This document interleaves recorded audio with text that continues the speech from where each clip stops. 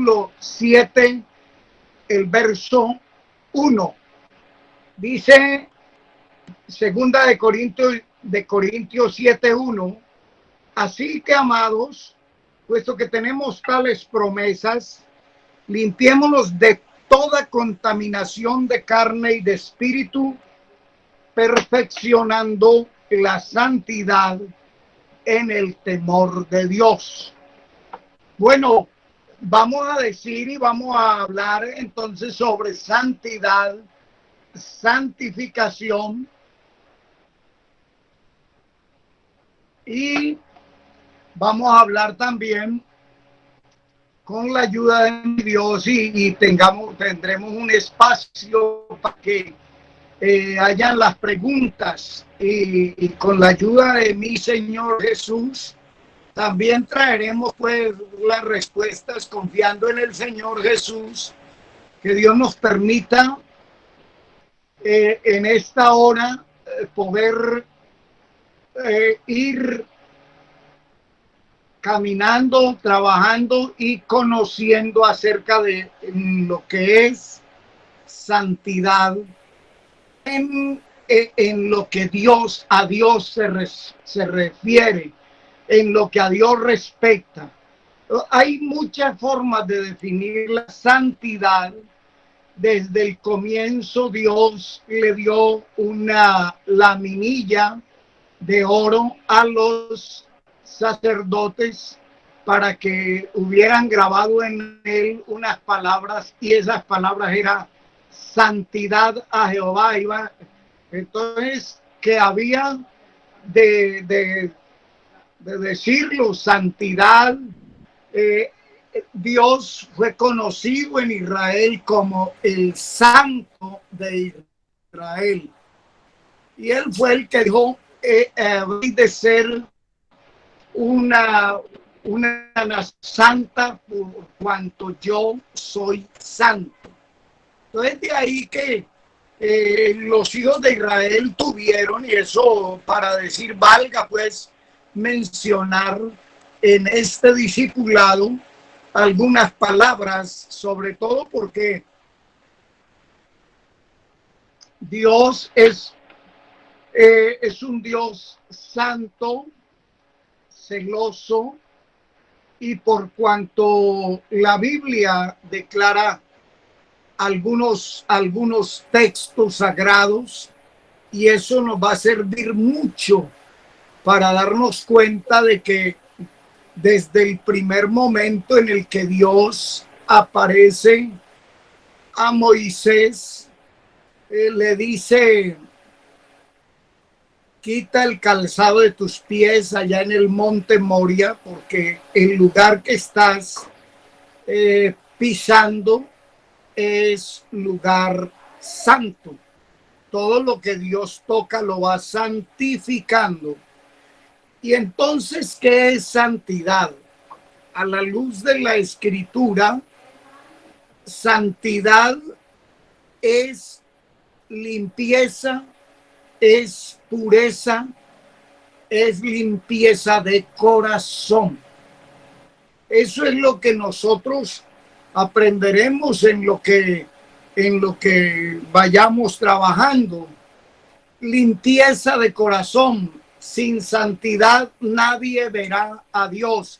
Es el requisito indispensable de todos los llamados de su nombre, los que hemos sido por la gracia de Dios llamados a pacto. Y es un pacto de santidad. Y entonces, ¿qué quiero decirles? Quiero decirles que es un llamado, es limpieza de corazón. Bienaventurados los de limpio corazón, porque ellos verán a Dios. Entonces, sin lugar a dudas, lo que podemos decir es que la limpieza de corazón es la santidad. Los limpios de corazón verán a Dios. Entonces, vale la pena destacar que como dice la Biblia, el que santifica, y los que somos santificados, todos somos de uno solo, del santo. El santo y el que santifica es Dios. No solo que Él es santo, sino que Él santifica. La tierra que estaba pisando Moisés era tierra santa en virtud de que Dios estaba allí. La presencia de Dios santifica con su palabra, con su verdad. Santifica, los habló de los discípulos Jesús en la oración en el capítulo 17 del Evangelio de Jesucristo según Juan. Capítulo 17 dice: santifícalos en tu verdad, tu palabra es verdad. Y Jesús dijo estas palabras: ya vosotros estáis limpios por la palabra que os he hablado. Así que vale la pena destacar que la palabra de Dios limpia, y limpia de adentro hacia afuera. Lo de afuera resplandece cuando lo de adentro está limpio. Nosotros empezamos a brillar o a alumbrar es de adentro hacia afuera. Entonces, vamos a describir, vamos a destacar y vamos a hablar en el nombre de Jesús del proceso de la santificación. La santidad es un estado en Dios. La santificación es un proceso en cada uno de nosotros. Quiero que la santidad es un estado en Dios. Dios no fue más santo hoy que ayer, ni será menos que mañana. Dios es perfectamente santo. La santificación en nosotros es un proceso. Por esa razón leí ese proceso en el cual la palabra perfeccionando es un gerundio. ¿Qué significa el gerundio? Es una acción del verbo que no ha terminado, que no se ha concluido, que viene todavía ejecutándose. Por eso la Biblia dice: limpiémonos de toda contaminación de carne y de espíritu. También hay que admitir que no solamente hay tres aspectos en los cuales debemos limpiarnos: la contaminación de carne, la contaminación de alma y la contaminación de espíritu. En ese aspecto, entonces, dice el apóstol Pablo a los Corintios en el capítulo 7 y el verso 1: así que, amados, puesto que tenemos tales promesas, si usted se va al final del capítulo 6 de la segunda carta a los Corintios, usted puede darse cuenta de que definitivamente el apóstol advierte que las promesas, y entre ellas la gran promesa, la más gloriosa y grandiosa de todas las promesas, es que para que nosotros le veamos a Dios tal como Él es. Sin santidad no le verá nadie. Los limpios de corazón le veremos a Dios. Bienaventurados los de limpio corazón, porque ellos verán a Dios. Ver a Dios es mucho más que recibir el más grande de todos los galardones. En los que le buscan es menester que crean que hay Dios y que es premiador o galardonador, o que Él es el que va a exaltar, a bendecir en su más grande expresión a todos los que le buscamos. ¿Cuál es el mayor galardón? Encontrarle, verlo, observarlo, extasiarnos viéndolo. Por esta razón, puesto que tenemos tales promesas, el hecho de que Dios había prometido tomarnos como pueblo, tomarnos como su Israel, es su cuerpo, su pueblo, la iglesia es su cuerpo. Recuerden, nosotros somos pueblo, cuerpo, mientras que Israel es pueblo de Dios, la iglesia es pueblo de Dios y es cuerpo de Cristo. De ahí que entonces nosotros tenemos unas promesas con base en todos los dichos de Dios, en la más alta, en la más grande y en la más gloriosa de las promesas, las buenas promesas. Yo les voy a dedicar un texto para que ustedes lo mediten. Y como les digo, si podemos evacuar las preguntas que hayan al lugar, entonces hablaremos con la ayuda del Todopoderoso y en el nombre de mi Señor Jesús. Pero lo que vale la pena destacar es que la santidad va en dos direcciones. Una, limpiémonos, pero ya vosotros estáis limpios por la palabra. La sangre de Jesucristo nos limpia de todo pecado. Esa es la parte que hace Dios, limpiarnos por el poder de su palabra, limpiarnos por el poder de su sangre derramada. El Espíritu Santo en nosotros va perfeccionando, se va haciendo cada vez la santidad en un grado de perfección, porque como dije ahora, la santidad en Dios es un estado. Dios es perfecto en santidad. ¿Qué significa? ¿Qué quiere decir lo perfecto? A lo cual no le añadirás nada, porque lo perfecto no tiene necesidad de añadiduras, y tampoco le restarás o le quitarás, porque de igual manera lo que está perfecto ya no le añadas ni le agregues. Entonces, ni le quites, perdón, no le agregues ni le quites, porque ya está perfecto. Ese es Dios. Él es quien habita la altura y la santidad. En Dios la santidad es un estado. Como dije, Dios no empezó a ser santo hace miles de años. No, Dios siempre es santo. Ni es un día antes ni uno después. Nosotros sí progresamos, somos procesados, pero la santidad o la santificación en nosotros es un proceso progresivo. La santificación, el fin de nuestro proceso es la santificación a perfección, perfeccionando, que quiere decir que la acción se está ejecutando.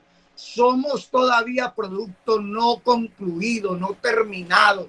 Todavía eso indica el gerundio perfeccionando la santidad, que estamos todavía. El que ande, la Biblia dice, esta palabra, el que ande en el camino de la perfección.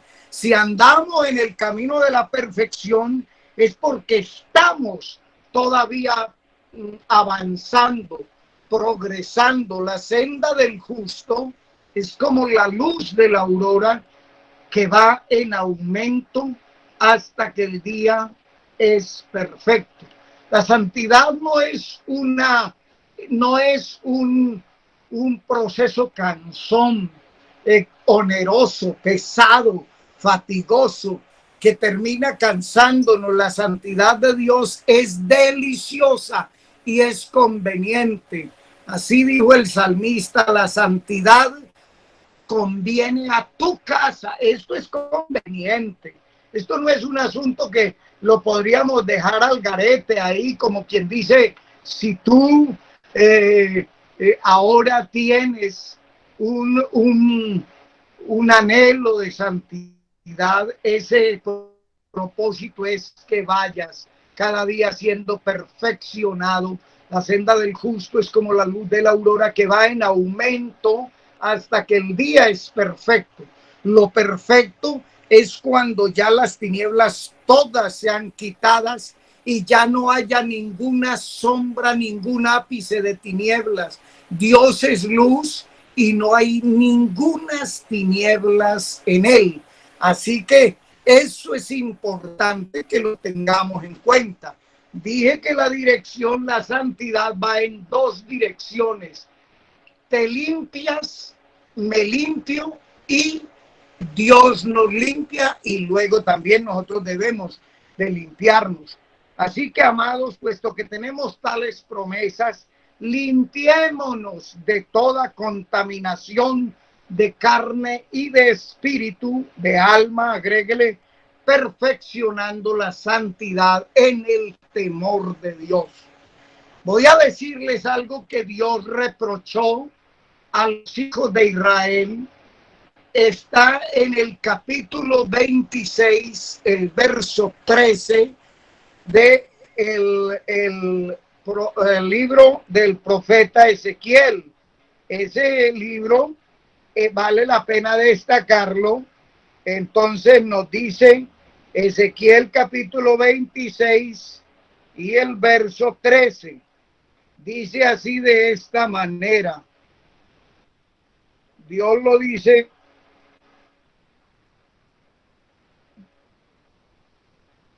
26:13, ¿no? Dije 26:13. Dice de la siguiente manera.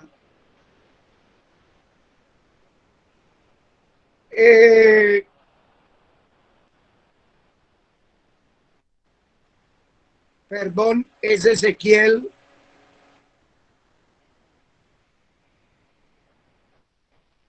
24, perdón, dije 26, es 24:13.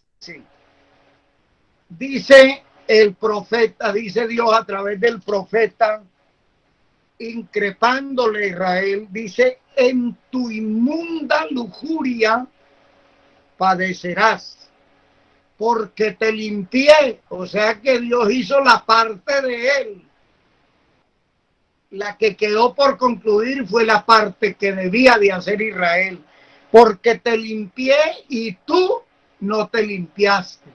Por eso dije ahora que la parte que ha hecho Dios la ha hecho perfecta, ha cumplido a cabalidad sus dichos, y la palabra que ahora es: porque te limpié y tú no te limpiaste de tu inmundicia.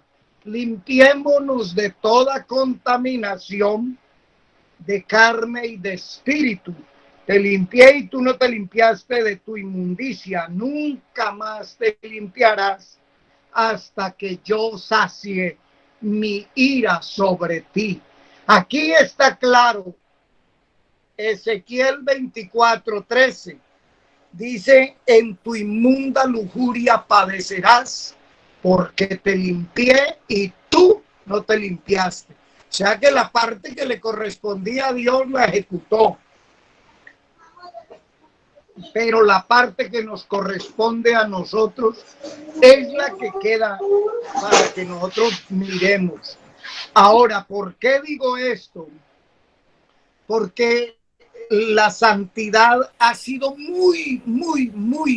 es un tema polémico, es un tema demasiado trillado y hay quienes lo han conceptuado. Hay gente muy rica en conceptos, pero muy pobre en doctrina.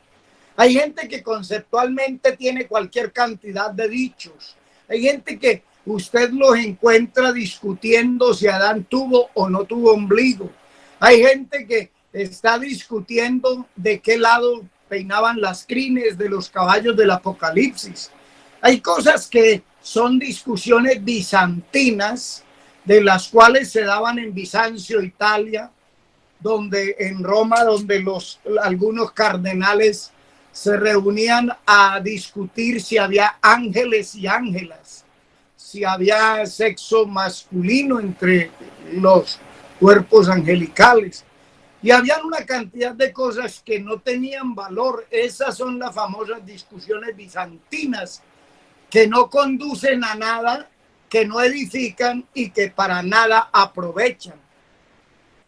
La santidad, muchos la han llamado de alguna manera, se han excedido, tanto que en Israel llegaron, y eso usted lo puede encontrar en Isaías 65:5. Si la memoria no me es infiel, entonces nosotros miraremos Isaías 65:5, que el mismo Dios dijo, hombre, aquí hay una cosa, que hablando de eso, dice, que dicen, estate en tu lugar, no te acerques a mí, porque soy más santo que tú. Estos son humo en mi furor, fuego que arde todo el día. Mira cómo los rechaza Dios. Hay quienes tienen hasta santómetro para medir la santidad de los demás y hasta medir ellos. Yo no conozco el santómetro de Dios. Yo lo que sé es que Dios es perfectamente santo y es el único que santifica. Dios santifica. Dios es el que santifica, porque de uno somos todos, los que son Él, que es el santo, y Él mismo que santifica con su palabra, con su sangre, con todos, con el poder de su espíritu, que es el santificador por excelencia. Dios es espíritu y Dios es santo. O sea que, conclusión, Dios es el Espíritu Santo, no es ni la tercera, ni una fuerza activa, ni una personalidad adyacente al mismo Dios. No, Dios es espíritu y es santo, siempre lo fue, siempre lo es y siempre lo será. Entonces, a razón de eso, esta palabra, retire que yo soy más santo. Hay quienes creen que son más santos y usted no encuentra jamás. Usted al único que le llaman el Santísimo desde la antigüedad hasta ahora es a Dios. Usted no es el santo en perfección. No hay ninguno que se asemeje a él, porque él es magnífico en santidad. La santidad de Dios no es una santidad progresiva, ni es una santidad regresiva, ni es una santidad que se afecte. La Biblia dice que la impiedad nuestra no anula la piedad de Dios. La santidad de Dios no se afecta porque hay un mundo cargado de maldad, lleno de perversidad, donde la maldad ha aumentado y Dios termine afectándose con ello. Dios afecta los entornos donde Él se mueve. Le dijo a Josué, cuando él vio al ángel de Jehová, le dijo, te ruego que me digas de qué bando eres de los nuestros o del bando contrario. Y le dijo, no, mas como príncipe del ejército de Jehová he venido. Entonces dijo, ¿qué dice mi Señor? Y dijo, que te quites el calzado de tus pies, porque el lugar que estás pisando es tierra santa. Así que Dios afectaba los lugares, el monte santo, los lugares donde se movía Dios, todo lo santifica. El lugar donde estaba la chequina, que era la gloria de Dios, era conocido como el lugar santísimo. Es decir, que donde quiera que hace presencia Dios y en donde quiera que va a una persona y se mete dentro de él, lo santifica, es con su presencia. Entonces, de ahí que vayamos anulando todos esos conceptos donde yo puedo creer de que si me llevo un vestido mucho más abajo de las rodillas, hablando de las damas, mucho más abajo de los tobillos, entonces soy más santo. El vestido no salva y no santifica, tapa, es diferente. Ahora, no quiero decir, no, los conceptos de santidad, entonces son algunos conceptos que algunas veces rebasan la verdad de Dios, porque es en la verdad que somos santificados. Santifícalos en tu verdad. Tu palabra es verdad. La palabra de Dios, ¿con qué guardará o con qué limpiará el joven su camino? Con guardar tu palabra. Sumamente limpia es tu palabra, y quienes la oyen, pues en consecuencia van siendo limpiados por la palabra. La sangre de Jesucristo nos limpia de todo pecado. La sangre de Jesucristo limpiará o lavará vuestras conciencias de toda obra muerta, para que con una conciencia limpia ahora le sirvamos al Dios vivo, porque los que le hemos de servir, según lo que dijo Zacarías en el capítulo 1, no recuerdo ahora para ser exacto los versos, quien dijo que es liberados de nuestros enemigos sin temor, le serviríamos todos los días de nuestra vida en santidad y en justicia. Por eso, en consecuencia a todo esto, es que vale la pena destacar que los dos elementos que es su palabra, su sangre y su espíritu en nosotros, es lo que nos santifica. Así que las contaminaciones son de carne, son de alma y de espíritu.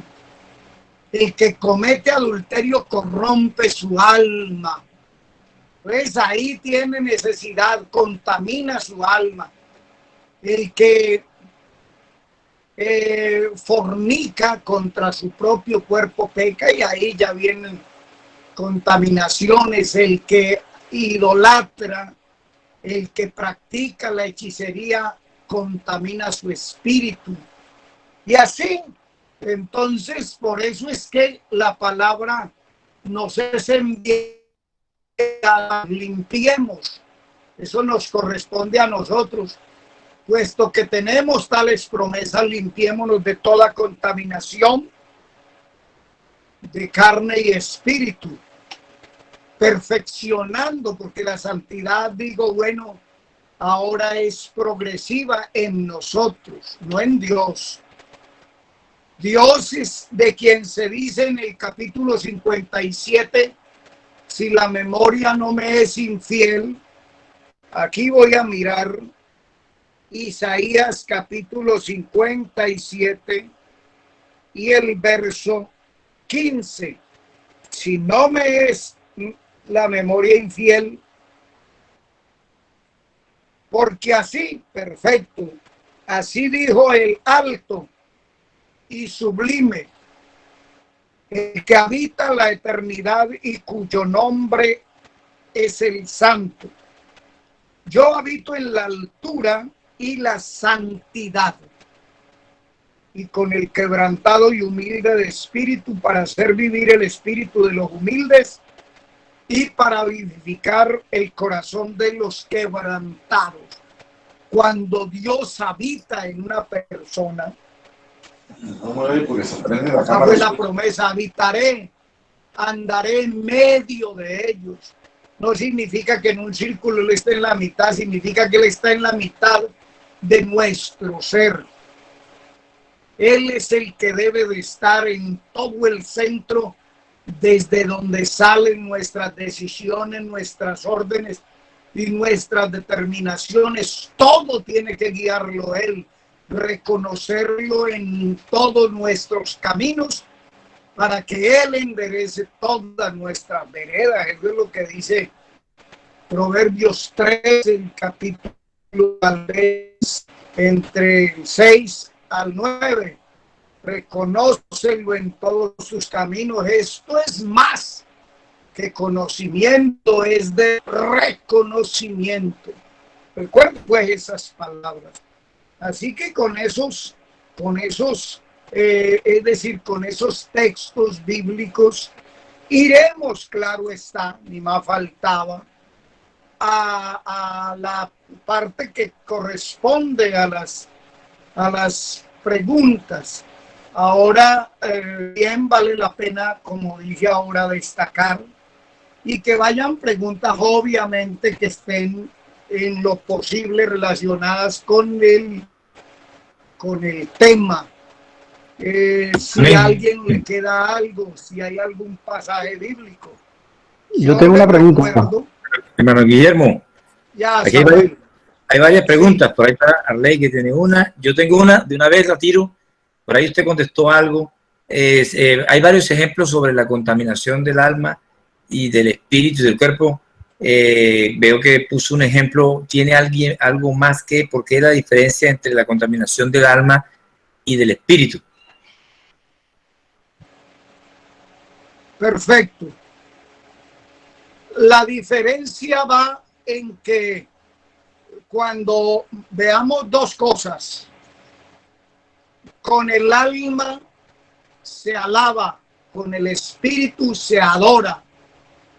Cuando yo desvío la adoración del verdadero Dios, Dios es espíritu, y quienes le adoran en espíritu y en verdad es necesario que le adoren. En el momento en que la persona desvía la adoración del Dios verdadero a una adoración a una deidad falsa, en ese momento está contaminando su espíritu. Las prácticas como la hechicería, la brujería, todo lo que tiene que ver con intervenciones de demonios y de espíritus engañadores, terminan haciendo al hombre desviar de su fe. La fe es espiritual porque la fe viene por oír la palabra de Dios. Las palabras que os he hablado son espíritu y son vida. La contaminación del alma, nótese cómo cambia. Usted le alaba con el alma, le adora con el espíritu. En el momento en que cada uno de nosotros desvía lo que es la alabanza, no daré a otro mi gloria, ni mi alabanza a esculturas. Nótese que ahí quisieron mezclar dos cosas. Uno, la adoración, adoren la estatua. Y dos, la alabanza, al oír los instrumentos, se postrarán y adorarán. Una cosa va ligada a la otra, una falsa alabanza y una falsa adoración, por lo cual dijeron Ananías, Misael y Azarías: no nos postraremos, así nos cueste la vida. Usted puede cantar, y mire que Dios permite que en la alabanza alaben al hombre sabio y alaben a la mujer virtuosa, pero la adoración no. La adoración es una vete de mí, Satanás, porque escrito está: al Señor tu Dios adorarás y a Él solo servirás. Es un servicio a un solo Dios, y a ese solo Dios va ligado servicio con adoración. Entonces, cuando la alabanza se le da a esculturas o le damos la alabanza, hay que reconocer que Dios permite que alabemos el cántico con el cual fue llegando Saúl y David. Fue cántico diciendo: Saúl hirió a sus miles y David a sus 10,000. Eso era reconocimiento. Alábenla en la puerta sus hechos, a la mujer virtuosa. Dios, dice la Biblia, que el dueño de la hacienda alabó al mayordomo infiel. A pesar de ser infiel, dijo, pero muy astuto. Hay gente entonces, pero lo que tiene que ver con la verdadera alabanza y la verdadera adoración van ligados. En los íntegros es hermosa la alabanza. Entonces, de ahí no sé si haya algo más, porque hay dos cosas. lo que Dios hace da para que lo alabemos. Lo que Dios es da para que lo adoremos. Porque hay cosas que, bueno, como dije ahora, ya tendremos si hay tiempo y si no, pues no sé si queda claro. Hermano Guillermo, sí, clarísimo. Y también, bueno, pues claro, que ustedes que la Biblia es muy exacta y veo que hay una diferencia entre el adulterio y la fornicación por los versículos que citó, ¿no? Dice que el adulterio pues ayuda, es contra el alma y la fornicación es contra el cuerpo. Pero sí, hay más preguntas. Me interesó, me gustó mucho cómo dividió eso, nunca lo había analizado de esa manera. Gracias por la respuesta. Pero ahí está el hermano Arley Rodríguez. Arley, tienes la palabra. Buenas noches. Bueno, Arley, Dios le bendiga. Yo, igual, mira, lo que pasa es que yo, digamos que todavía soy nuevo en este tema, pero he tratado de estudiar mucho para tener claridad sobre las cosas. Me gustaría, tengo tres preguntas. Una es las dos primeras son compuestas, porque, por ejemplo, tengo entendido que para que uno podría llegar a ser santo cuando recibe el bautismo y recibe el Espíritu Santo. O sea, como que la pregunta es si a partir de ahí es que uno es santo. Y la segunda pregunta, que es muy parecida, es si se puede recibir el Espíritu Santo antes del bautismo. Sí, claro, sí se puede recibir. Muchos de los que estaban en la casa de Cornelio recibieron el Espíritu Santo antes de ser bautizados en agua. Usted lee el capítulo 10 y dice, ¿puede acaso impedir a alguno el agua para que no sean bautizados estos que han recibido también el Espíritu Santo igual que nosotros? Entonces, claro, sí se puede. Lo otro me dijiste que era ley. Que desde cuándo se puede decir que ya uno es santo, o sea, a partir de que uno tiene el bautismo y el Espíritu Santo, o es más adelante. No. ¿Cuándo? Le voy a leer un pasaje que le va a servir mucho y que es en el capítulo 1 del libro del profeta Jeremías. Jeremías capítulo 1. Oiga lo que dice, pues, para que usted vea desde dónde empezó Dios a trabajar la santidad nuestra. En el verso 5, 1:5. ¿Sí está conmigo, Arley? Sí, señor. Bueno, Jeremías 1:5. Antes que te formase en el vientre, te conocí. Y antes que nacieses, ¿qué? ¿De qué? ¿Sí está conmigo ahí? Sí, señor, lo estoy escuchando. Antes que nacieses, te santifiqué. Te di por profeta a las naciones. Oiga, ¿desde dónde viene el proceso de la santificación? Antes que nacieses, o sea que nosotros pensamos que Dios empezó a santificarnos el día que nos portamos mejor. La Biblia no es un manual de comportamiento, la Biblia es un manual de vida. La santificación de Dios es un proceso en nosotros, pero la santidad de Dios, mire desde donde antes de que naciera, y usted cree que toda la vida, ay, tan lindo el niño, como se porta de bien, como él es santo para Dios.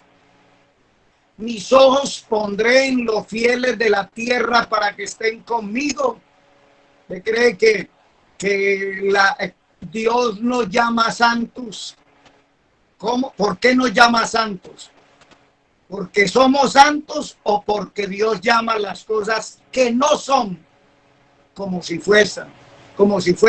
Dios nos llama santos no porque lo seamos, sino porque Él llama las cosas que no son como si fuesen. Mire desde dónde lo santificó antes de que naciera. Yo, ese niño que nace ahí es profeta y punto. Revuelque, se brinque o salte y ya. Que el niño quebró por allá, le pegó un caucherazo a la vitrina o a la ventana del vecino. Ay, véalo, este profeta va a ser profeta y mire la porquería que es.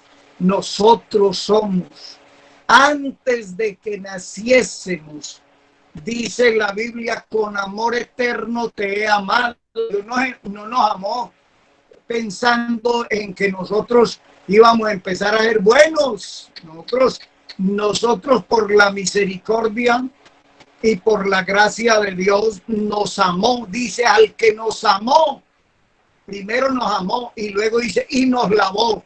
Nos debió de haber lavado primero para poder amarnos, para decir, los amo ahora que son limpios. No, Señor, primero nos amó, al que nos amó y nos lavó con su sangre y nos hizo reyes y sacerdotes. Así que Dios primero nos amó cuando estábamos en nuestra inmundicia, en nuestra suciedad. Nos amó de pura gracia, o sea que no habíamos hecho nada para decir, uy, es que me merezco el amor de Dios. Lo único que merecemos nosotros es la muerte. Así que en esa parte, entonces bien vale la pena destacar. Ahí está, entonces, no sé, Arley, si le queda claro, pero la santificación en nosotros es un proceso, pero en Dios es un hecho. Dios no nos llama santos porque lo seamos y no porque Él llama a las cosas. Mejor dicho, Dios nos ve a nosotros como producto terminado. Nosotros somos los que vemos a los demás y nos vemos a nosotros mismos como productos inconclusos, pero ahí por eso se da la perfección, por eso se da el proceso. Es en nosotros, es en nuestra vida. No sé si hay alguna duda, alguna al respecto. Amén. Sí, pues o sea, a partir de eso se me generó una duda. Porque, Ya, ¿qué pasa? Yo siendo ingeniero quiero todo formularlo. Entonces en mi fórmula estaba bautismo, recibir Espíritu Santo y perseverar hasta el final, ¿cierto? Eso es como, digamos, mi fórmula de salvación. Entonces, cuando usted comentó que la santidad no es regresiva, digamos que creo haber escuchado en algún culto que hay personas que con el bautismo y con el Espíritu Santo, a pesar de eso, se salen y pierden como todo el proceso que hicieron. Entonces, o sea, no perseveraron hasta el final, ¿me entiende? Porque en teoría, digamos que lo que garantiza la santidad es perseverar hasta el final. Como la persona no perseveró hasta el final, entre comillas, perdió todo lo que hizo. Ahí se me generó esa duda. No, es que hay una cosa, Arley. Dios no trabaja la salvación como para que la perdamos. La Biblia dice que Él vino a ser autor de eterna salvación. La salvación no es para decir, bueno, usted es salvo mientras se porte bien. Si se porta mal, se perdió la salvación. Y hay quienes dicen eso. Quienes dicen que la salvación se puede perder y eso no es así. Aquí lo que se puede perder es una cantidad de privilegios. El hijo pródigo no perdió la filialidad, sino que dijo, ya no soy digno de ser llamado tu hijo. Perdió la dignidad, que es distinta. Perdió la dignidad, pero no dejó de ser hijo. Dios restituye la dignidad. Lo que dice la Biblia, andarán conmigo vestidos de ropas blancas porque son dignos. La dignidad es lo que restaura a Dios. La salvación, ahora la persona pierde galardones, pierde cosas, privilegios. ¿Cómo estaba allá muriéndose de hambre en provincia apartada? Pero él dijo, allá en mi casa hay jornaleros que no son hijos, son jornaleros y tienen abundancia de pan y yo aquí me estoy muriendo de hambre. Dijo, no, yo ya perdí la dignidad. Y él creyó que, dijo, iré a casa de mi padre y le diré, Padre, he pecado contra el cielo y contra ti, no soy digno de ser llamado tu hijo. Hazme como uno de tus jornaleros. Lo que le dijo, deme trabajo, pero regáleme un bocado de comida. Sí. Bueno, Guillermo, pero la salvación en ningún momento está en juego. Hermano Guillermo, Sí, señor. y Arley y todos, excelente, excelente el debate, el conversatorio. El tiempo se nos está agotando, vamos 5 minuticos más porque está muy bueno. Para complementar, si me lo permite, con mucha humildad. Arley, resulta que la Biblia dice que hay quienes estuvieron con nosotros y ya no están con nosotros, dice, porque nunca fueron de nosotros. Una cosa es que una persona nunca ha sido salva, puede que vino aquí, bautizó, hasta predicó, hasta estuvo en el consistorio de ancianos, pero si se fue y se fue así, es porque tal vez nunca fue salvo. Esa es lo que yo entiendo de la Biblia. Dice, la perra lavada vuelve al vómito, o sea, no dice la oveja que Dios limpió y transformó, la puerca y el perro. La Biblia está comparando con una persona que no ha sido cambiada en su naturaleza. Lo que veo es Amén. alguien que vino, que estuvo con nosotros, es lo que Arley trata de decir, y ya no está con nosotros, pues nunca estuvo, porque si hubiera estado con nosotros, inclusive el santo puede tropezar. Permanece con nosotros. Amén. Déjame redondear lo que acabas de decir, Sammy, y es que, es decir, aquí, es decir, la salvación es un asunto de Dios, directamente de Dios, que es el Salvador, y la persona que permanece en él y él permanece en Dios. Que Dios permanezca en mí y yo permanezca en Dios. Ahí está la salvación. El discípulo, el creyente, dijo entonces Jesús a los judíos que habían creído en él, ya eran creyentes. El creyente puede descarriarse y el que se descarría se vuelve al camino. Otra vez vuelve a encontrar porque tuvo por ahí sus chascos, su vida, pero se vuelve al camino. El que se cae se levanta. Pero lo que dice la Biblia, y hay que restaurar a los que se han desviado, a los que fueron sorprendidos en alguna falta. Y entonces, ¿qué dice la Biblia? Este camino del cual se habla y será llamado camino, calzada y camino de santidad, el que, capítulo 35 de Isaías, no recuerdo ahora el texto, pero el capítulo 35, el que anduviere por este camino, por torpe que sea, no se extraviará. Es decir, hay gente que se pierde en el camino, pero está en el camino, pero no se extravía, no se sale. Jesús enseña y va diciendo, porque es que una cosa es que usted y yo nos apartemos de Dios y otra cosa es que Dios se aparte de nosotros. Sansón, dice la Biblia, no sabía que Jehová se había apartado de él. Ya no es Sansón, sino que Dios el que se apartó. Ya Sansón hacía tiempo se había apartado de Dios, pero Dios estaba con él. Pero Dios no se aparta y dijo, bueno, ya se perdió, sino que al tiempo volvió. Y cuando Sansón percibió que Dios estaba ahí, le dijo, dame la revancha, dame el vengarme por mis dos ojos. Y la Biblia me dice que fue más los que mató con su muerte que todos los que había matado en su vida. Pues fíjate cómo es, el grano que cae en tierra y muere lleva más fruto todavía que el grano que no ha caído a tierra. Entonces ahí nosotros tenemos que entender eso.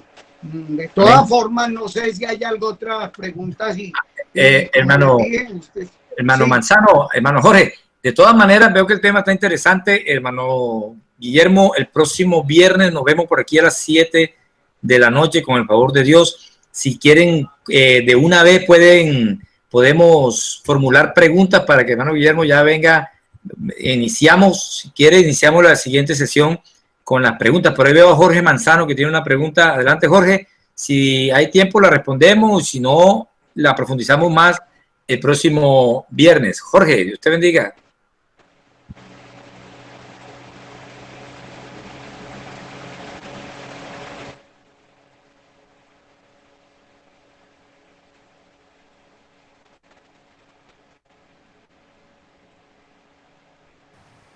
A ver, por acá dice Jorge que la lea.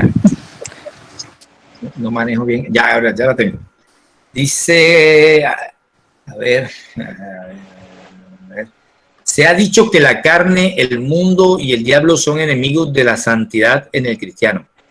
¿Cómo identificamos estos enemigos? Si hay alguien que tiene otra pregunta, escríbala por favor, porque ya estamos próximos a finalizar para cumplir con el horario de este tema de la santidad y de la salvación, que va muy ligado. Pregunta interesante que hace Arley. Creo que podríamos también profundizar más el próximo viernes. Hermano Guillermo, habla Jorge aquí sobre los tres grandes enemigos: la carne, el mundo y el diablo.